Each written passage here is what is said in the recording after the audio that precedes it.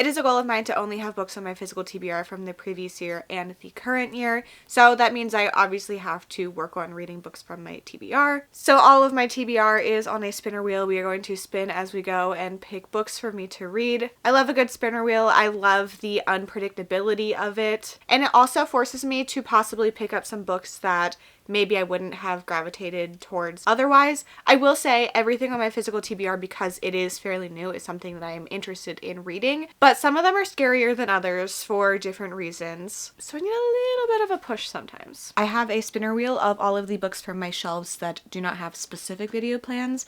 So I have 40 of them. So we are going to spin.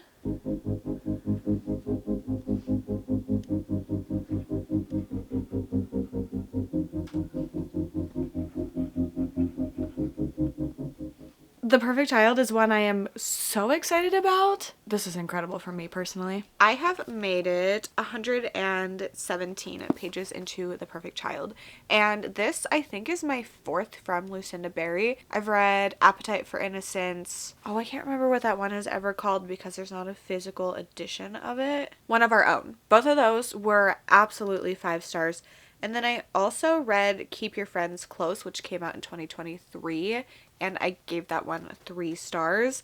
I do think that her traditionally published stuff is a little more watered down than I prefer, and I'm hoping that the more she does traditional publishing, the more she can kind of go for it, because I think One of Our Own was a little different because it came out on audio only, but Appetite for Innocence was one of my favorites of last year. So I am enjoying this one, but not quite as much as I was with the other 2 that I gave 5 stars. Like, I was so obsessed with those books. This one I am enjoying though. So we are following 2 doctors who are married, Christopher and Hannah. Well, one is a surgeon, I believe, and the other one is a nurse. Christopher is the surgeon. He works the day shift, and then Hannah is a nurse and she works on the night shift. And when she is working, there is a child that is brought in and that was found in the parking lot, obviously not doing great, covered in blood. But then she kind of forgets about it until her husband goes into work the next day, and he is assigned to work on her bone reconstruction surgeries, and he forms this very instant connection with Janie, is the kid's name, and he spends all of his free time at the hospital trying to help her, trying to make her feel safe. And Hannah and Christopher have dealt with infertility in the past. Well, they're still dealing with it, but they are a little bit older and they were about to give up. They've been looking into fostering and adoption, but they really wanted a baby. And Janie is initially thought to be a toddler, but because she was so abused, they find out whenever they're doing the bone reconstruction surgery that she's actually 6. So she has so much trauma, and that's just obviously a lot to deal with. She doesn't trust people easily. She doesn't like everybody. She has these outbursts because she has not been taught how to deal with anything. And once they go through the process to adopt her, she has a really good relationship with Christopher, but all of her frustrations, all of her issues are directed towards Hannah. So she's struggling because she gave up the fact that she wanted a baby to adopt because Christopher was so connected to Janie, and Janie starts to act out in like worse and worse ways, but Christopher doesn't see it. And it kind of seems like Janie is purposefully putting a wedge in between them. And of course, he doesn't really believe Hannah when she tells him things. Right now, it's just the very start of them kind of stopping working as a team. Up to this point, they've been really good, supportive of each other and things like that. But at this point, it's going to start delving more into these, I guess, episodes that she is having. And I think we're going to get even more of the psychological aspect of this. I think everything is handled really well. Lucinda Berry is a former child trauma psychologist, so she definitely knows what she's talking about with this, and I feel like everything that I have read from her, even when it deals with very upsetting, I guess, topics, it's handled in a way that I really appreciate. So it's going well, not quite as good as my 5 stars from her, because I've been pretty invested in both of those almost immediately, but it's a very quick read and I am liking it. Hello. I think we were here last time, but Winston is really cute, so I needed you to see him. The Perfect Child is a very frustrating read for me. It's very domestic. The book is mostly set in Hannah and Christopher's house, and it's just so much of Christopher having this connection with Janie and Hannah not, and Christopher not being understanding of that. A lot of Janie's traumas come from her mother, so she has a harder time interacting with Hannah because of that, and Christopher is not willing to listen to Hannah's perspective at all, which is so frustrating because just because this kid has trauma and is dealing with these things doesn't mean that like everything they do is correct. It's probably not the case, and I don't mean that in the way that they are like they shouldn't be feeling the way that they're feeling if something traumatic has happened to you, but he's acting like it's all acceptable behavior. And I think if you are being the foster or adoptive parent for a child that has this much trauma, you still need to help them learn how to be a person that can function in society and doesn't have to deal with these feelings for their entire life. I mean, obviously, that doesn't go away because she was left tied up in a closet with her mom killed. But I feel like he's just like, everything she does is fine, even though it's not. And he is very much not taking Hannah's side. And it's so frustrating. A lot of the reasons that I moved away from reading domestic thrillers is because I get so annoyed just reading about these people that don't know how to communicate or interact with each other, honestly. And he's a doctor, like a surgeon. He should kind of be able to separate his feelings for the child from like her actions. And he's not able to do that, and it's driving me crazy. But I think this exploration of everything with Janie and her trauma and the way she's interacting with Hannah and then like their relationship does feel realistic to an extent. It's just frustrating to read. So I wouldn't say I'm liking it because I don't love this kind of story. There's nothing happening outside of the relationship between Hannah and Christopher and Janie.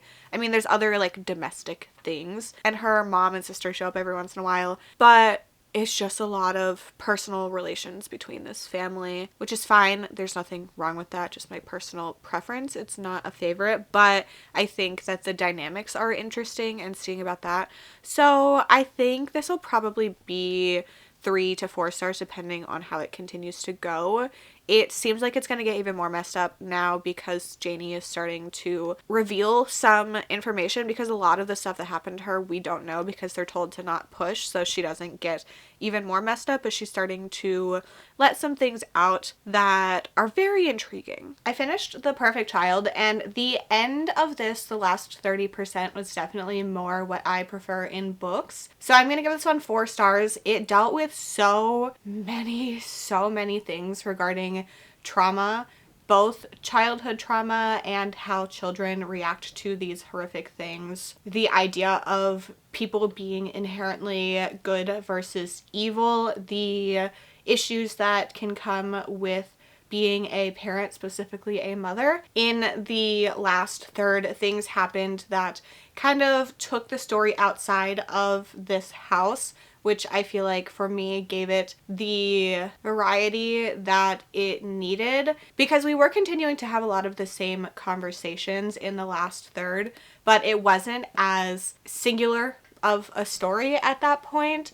I really think that Lucinda Berry is incredible at what she does with writing. I think that this kind of story discussing all of these things could easily be very not good, and I think that she's somebody that I trust to always handle things with the respect and care that they deserve. For me, this is 4 stars instead of 5 because I wish that there was more going on in the first 2/3, and it was just like a lot of domestic stuff in like a couple sense, which isn't my favorite, but I'm glad that I read this. I'm glad that not that I was gonna DNF it, but I did feel like putting it down a little bit, but I'm glad that I ended up finishing it. Another win for me from Lucinda Berry. Obviously I wish it would have been 5 stars because she had 2 in my top 24 of the year last year, which is very impressive. But oh, weird being her hair is significantly shorter now, and I haven't seen the author photo in this. At this point she was a trauma psychologist and a leading researcher in childhood trauma. I didn't know she had a son. Anyway, I really enjoyed this. I would recommend it, but it's very disturbing. If you have kids, it might be, I don't know, cathartic, but also might be too much. We need to pick the second book, so I have the same spinner wheel again.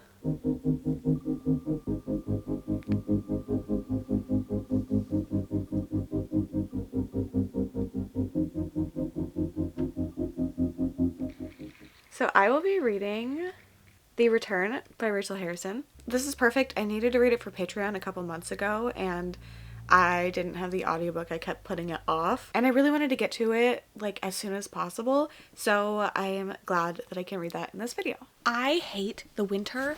Everything is so staticky and I don't understand why, and this dumb chair is just sticking to my arm. And, well, not sticking to my arm, but it's, I hate it. I hate it. Anyway, I am now 100 pages into The Return. I just got to chapter 4, so they're pretty long chapters. I have read all but Cackle from Rachel Harrison at this point, if we're counting this one. And this is the one that I did not know what monster was in it. I feel like all of Rachel Harrison's books very much center friendships or like specific dynamics between people with sisters or mother-daughter, things like that. And then they have this paranormal entity that is kind of the horror in the story. And with this being her debut, I somehow never learned what this is. Like Cackle I know is witches. Such Sharp Teeth, even before reading it, is clearly werewolves. So Thirsty obviously was vampires. So this one, it is not clear going into it, so I'm not going to say anything, but we are just at the beginning of finding out the actual horror stuff in here. So as of right now, we've just been learning about these friends and their dynamics. So we are following Elise, and they have this group of 4 friends, and Elise and Julie are a lot closer, and then the other 2 are Molly and May. And Julie goes missing, and everybody after a while decides that she has died except for Elise. Elise is very set on not accepting this, and she never fully grieves for Julie, but the rest of her friends do. She still stays friends with Molly and May, but they're just not as close as she was with Julie. And then exactly 2 years after Julie goes missing, she shows up again with no memory of where she was. And she seems a little different than she used to be, but that's kind of to be expected when you're gone for 2 years, because the people that have stayed have changed, and then you've obviously changed even if you don't have any recollection of what's going on. So these 4 friends decide to go to this hotel. It's like a bed and breakfast kind of thing. It's a remote inn that is like really weird. It has just opened, and one of the friends is in like fashion design and stuff like that, so she got this in to this place because she had done a shoot at it, and they end up going. Each room is themed with like weird stuff. One of them is really creepy, one of them is supposed to be like romance themed, and they are kind of walking on eggshells around Julie because she's clearly lost a lot of weight. She isn't acting like herself. She's doing strange things that she would not have done before, like things to the point where she was a hardcore vegetarian before, and now she's like obsessively eating raw meat. So I'm liking it so far. I'm enjoying the dynamics between all of these friends and learning about that. I also think that going into her books not knowing what the creature is more engaging, because I'm always like, is that because of this, or is this happening because it's this thing? So I'm enjoying that. This is her debut, I believe. Yes. And I'm enjoying it.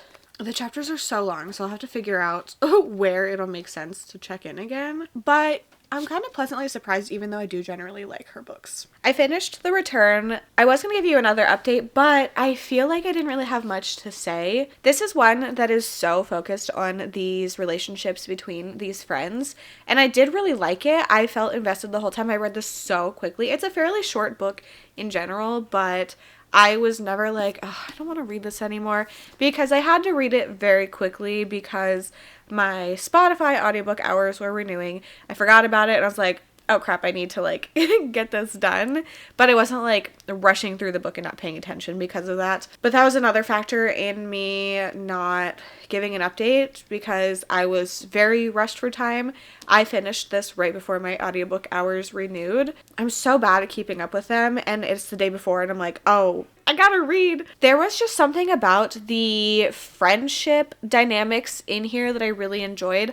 I don't think that our main character and the friend that went missing was specifically the relationship that I was like super invested in, but their dynamic as a group of four I really enjoyed. They were so dysfunctional and not really at all like my friendship group from college, but it really, really made me miss hanging out with my group of four friends. Well, three friends, I was the fourth one. There's just something about having such a solid group of friends that you hang out with and do everything with, and then also having you all grow apart and do different things and live in different areas. Like, I'm 2.5 hours from the person that lives closest to me, and my one friend lives, like, I'd have to fly to see him. It really made me miss hanging out with people like that in person. I exist online. I have friends that I'll text and talk to, but I don't have a lot of like close to me in-person friends at this point.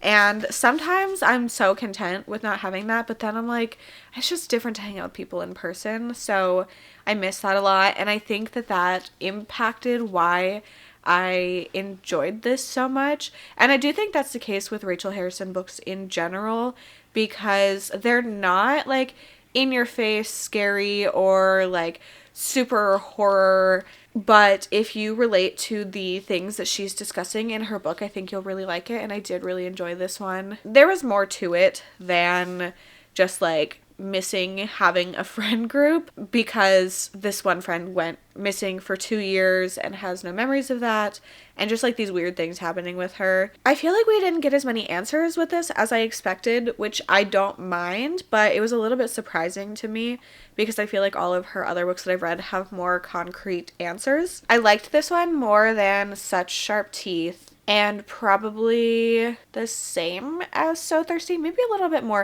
And I gave So Thirsty 4 stars, so I'm going to give this one 4 stars as well.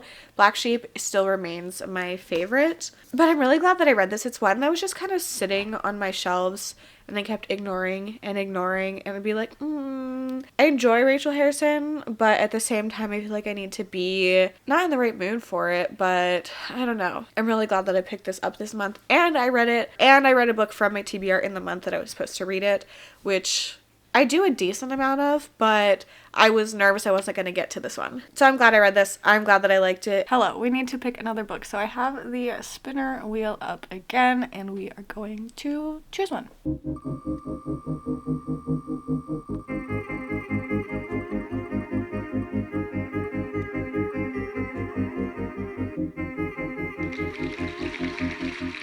This is a new one to my TBR, but I'm very excited to read it. I really enjoy this series. It's super short too, so I'll probably be able to read the whole thing today. I'm still at my desk. This is such a short read, but I've been doing some other things and doing Discord sprints with my Patreon. So I have made it about halfway in. I just got to part 3. There's 4 parts in here. So if you're not familiar with this series, there are some that are set at the school, the Wayward Home for Children, and then there are some that are set in these portal fantasy worlds. So this is one that is set in another world.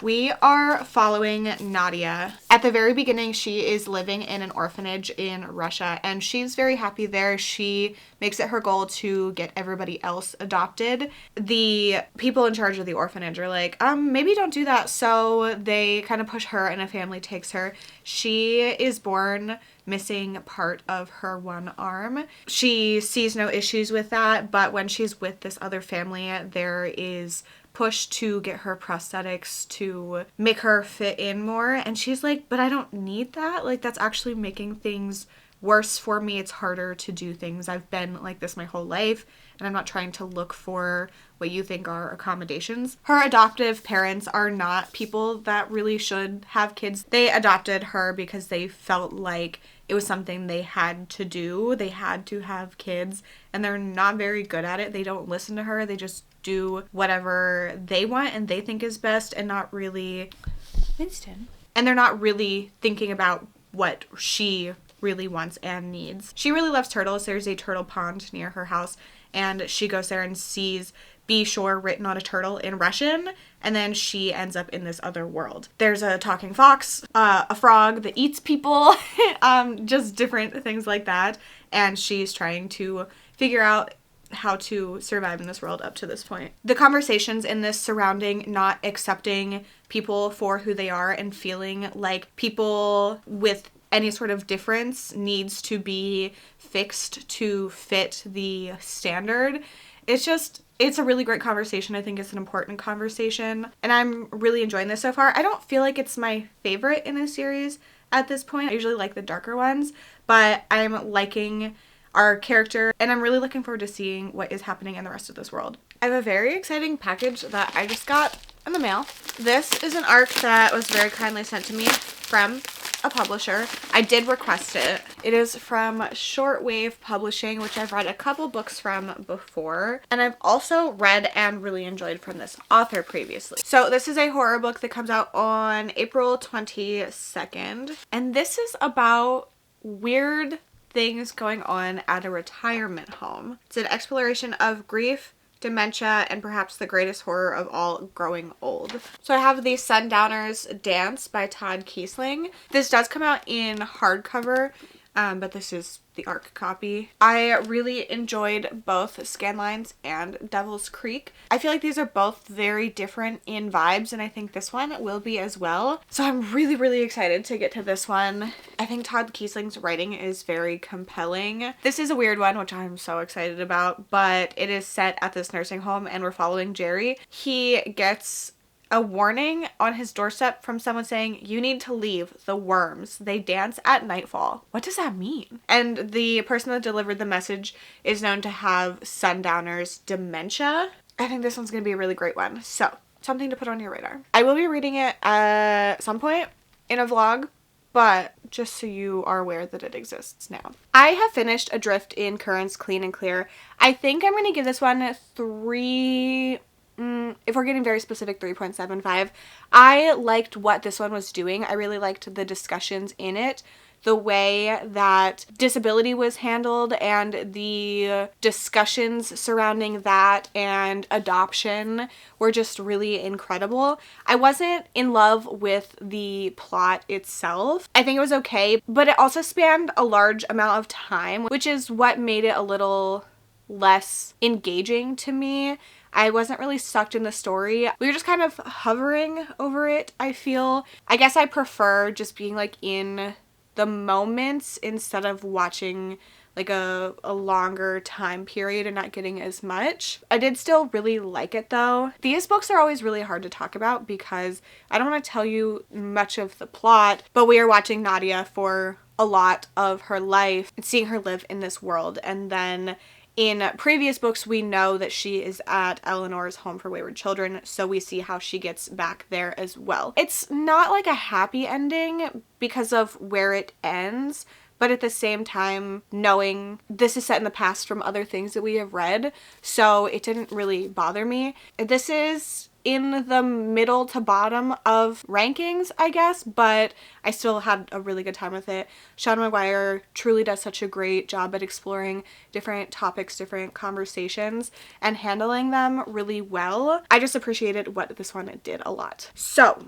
in the morning, what we're going to do is update my spinner wheel. I have added some books to my TBR that I want to be able to get to in this video. I've also read some books for other things, so we're just going to go through, get an updated number, and then we'll continue reading. It is not the morning. It is 10 p.m.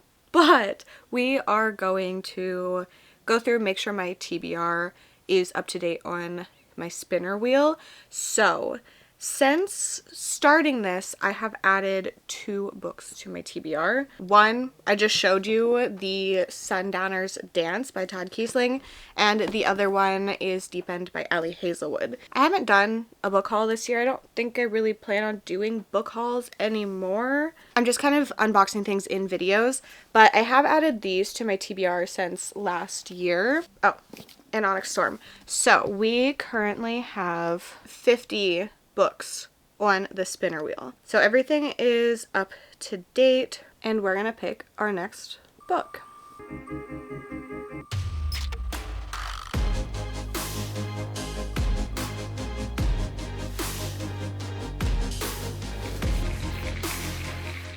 This is one that I've been putting off. Libby has tried to give it to me like 4 times and I keep saying, maybe later. So this is a good push. I needed this. Hello, I was going to get my book, but I'm pretty sure Winston is going to come up here. Okay, well, if not, we're here anyway. So I have made it, I believe, 37% into the family plot. I just got to chapter 9. So in this, we are following this family that's interesting. So there's 3 kids and a mom and a dad. They made the choice to homeschool their kids, and the curriculum that they had was that they were going to teach their children about people who have been murdered. Sorry, you can see sprints in my glasses, but reflection, you know? So the family has a very interesting history, and the whole town knows about it and kind of knows that they are weird. And the one brother, actually there's 4 of them, there's not 3. The one brother, I think it was 10 years ago, left. Nobody knows where he has been. And then the dad recently died, and for some reason they have a family graveyard. They have a plot like at their house, and there was already one like pre-made for their dad, and they go to dig up the hole and there are bones in there, and it ends up being David, I think his name is. So our main character was, we're gonna call him David, was David's twin. Also, this is in the synopsis. So she is having a very, very hard time with this because she thought that she would know if he was dead. They had this very close bond, so she thought, and she is starting to learn. Also, Winston is not gonna come sit with me. She is starting to learn about things from his past that she didn't know about, and she is feeling this kind of rift between them. And then both of her siblings are really weird about it, and the mom is kind of losing it. She has stepped into this like very stereotypical like mom makes the cookies and whatever kind of role, but she's really bad at it.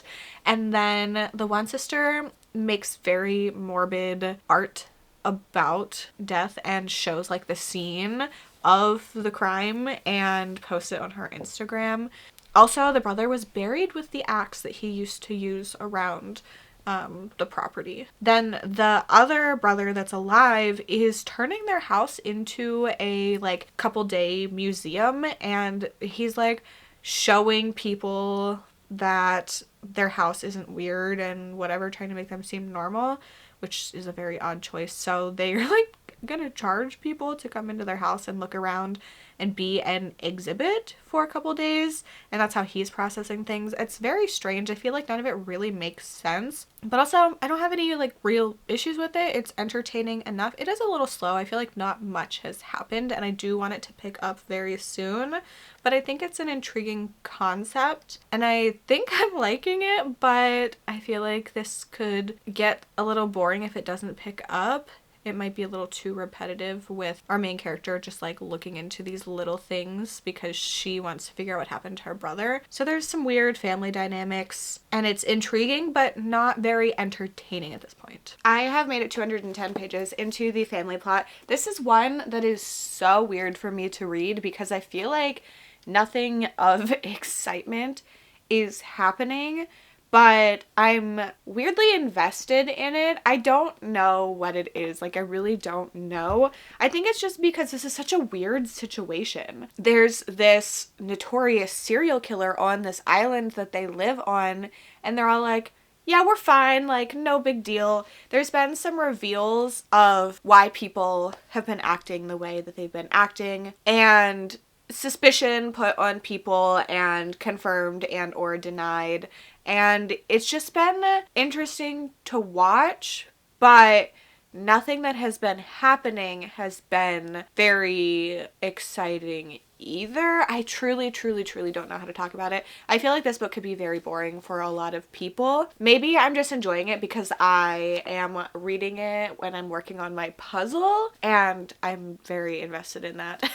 I just really want to finish this puzzle because I've been working on it for so long. The setup has been interesting enough for me to be invested throughout the story, even though there's not a lot of fast-paced things happening. That's the best way that I can phrase that. But I am liking it. I think it's engaging, which is good considering I have another book by Megan Collins on my TBR, and I want to read her new one, Cross My Heart, Cross Your Heart, Cross Somebody's Heart. So I'm glad I'm liking this, so that bodes well for the other books that I do want to read by this author.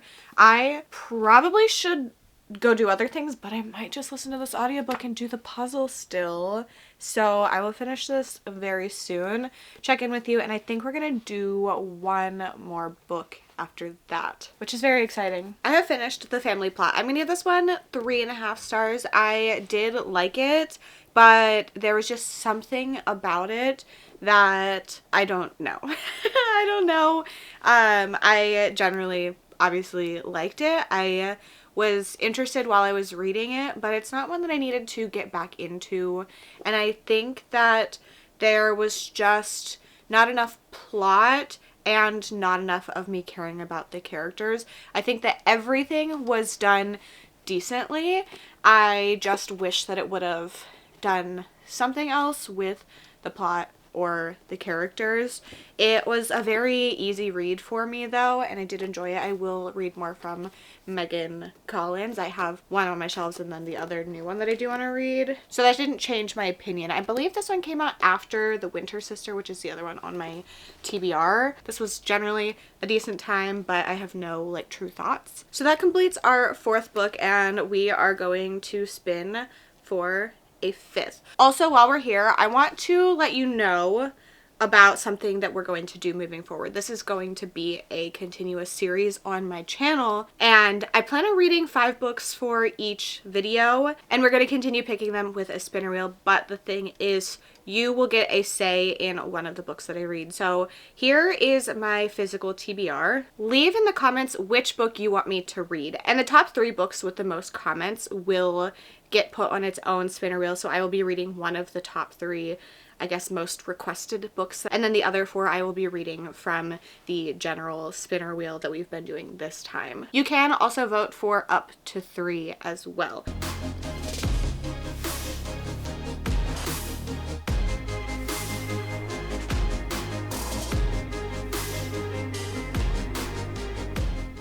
So we are going to pick our 5th and final book of this video.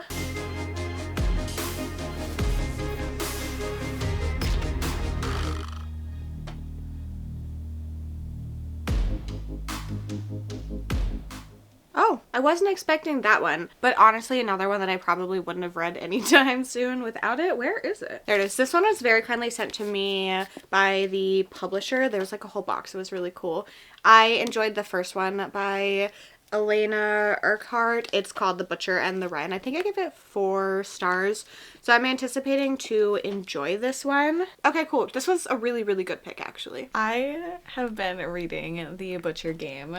I'm to chapter 10, which is 106 pages in. Hello. This one is hard to talk about because it is a sequel, but we are following the same main character from the first book. The first one did come out a while ago, so anything that I say for this book might be a super vague spoiler. For the first one, I'm not going to go into details of that, but we are watching our main character still deal with a lot of the things that happened in the first book and the things that we learned about that happened in her past. Winston really likes this book. Me, personally, I think it's just okay. I don't know if I needed this continuation of the story. The first one does end in a way that it very much makes sense that it's a series. I don't think that it's weird that it was continued, but for my personal reading taste, I don't know if I cared enough to really need more of the story, but I think so far it's done well. It does remind me of the first book, but after the events of the first one, our main character is kind of taking a break. She is somebody that works, I believe, at the morgue. She does like autopsies and stuff, and she was brought to help with this case in the first one because of her connection to it. So that is still being utilized in the second one as well. We are getting the perspective of Ren, and then we are also getting the perspective of the killer, the person that they are trying to get in this, which I do think can add an interesting perspective. This guy is hiding with one of his childhood friends to try to keep from getting caught. And it's all interesting enough. I am having a good time when I'm reading it, but I'm just not obsessed with it. It is a really easy read. I'm hoping to finish it today. And I don't know if this one ends on a cliffhanger or like it could go into another story, but this one will probably be my last. So the first one I did give 4 stars. This one is probably going to be 3 at this point. I'm a little upset that I haven't gotten any like huge wins. I mean, obviously a 4-star is a win, but nothing that I've been obsessed with, which is a little bit of a bummer. And I don't think that's going to change for the rest of this one, which is okay because I am still enjoying it. Winston is still here and he wants to cuddle, so I'm going to go keep listening to the audiobook. Hello, I have made it 220 pages into the Butcher Game. Oh, I think I'm going to DNF this one. I am honestly kind of actually shocked I haven't DNF'd anything before this, not because of the book specifically, but because I DNF a lot, and I feel like I usually have 1 per video, so this checks out. I feel like the main character, Ren, was just useless in this book. She was on leave, I guess, from the first book, and she has a lot of stuff that she's dealing with, which is so valid, and I get it, but in a book, it's frustrating to read because she was called out of her leave because she's the only person that knows enough about this guy to catch him. But the whole time, she's just like moping around and not in an entertaining way, and it's just a really frustrating read for me. And the plot is not interesting enough for me to be okay with her being so frustrating to read. In a real life situation, I get it, but in a book, it's not entertaining. It's not engaging. I also feel like there were just some random things put in here, like some red herrings, and then people were like, oh yeah, satanic panic. And I'm like, what? Why are you talking about that? I don't understand the relevance of that. I feel like it was something that was just like added in here just to add something else to the book, but it was so random. Like, it was in this random town where she was checking out this one dead body to see if she thought that it was the butcher, and people in like the diner or something were talking about Satan, and I'm like, what? It might not have been the diner and it might not have been that specific situation, but they were definitely just like, it felt so random. So I am going to DNF this. I was really thinking about pushing it through, but the more I thought about it and talking to Monica, she's like, why are you still reading that? I'm like, great question. So I am DNFing this book. Just a reminder to leave up to 3 comments with the books that you want on the spinner wheel for the next version of this. I'll be reading one of those and then 4 other ones. Technically, I could still read all 3 if they show up on the main spinner wheel, but I now have 5 books off of my TBR. And while I didn't have any complete major wins, I will be keeping all 4 of these on my shelves. I will be unhauling the Butcher Game, but this was pretty successful. I'm excited to continue to do this to make sure I'm staying up to date with my TBR. So you'll see another episode of this from me soon. If you've made it to the end and want to leave me an emoji just to say you were here, you can leave me a leaf for the Butcher Game. Thank you so much for hanging out with me. I hope to see you very soon. Bye.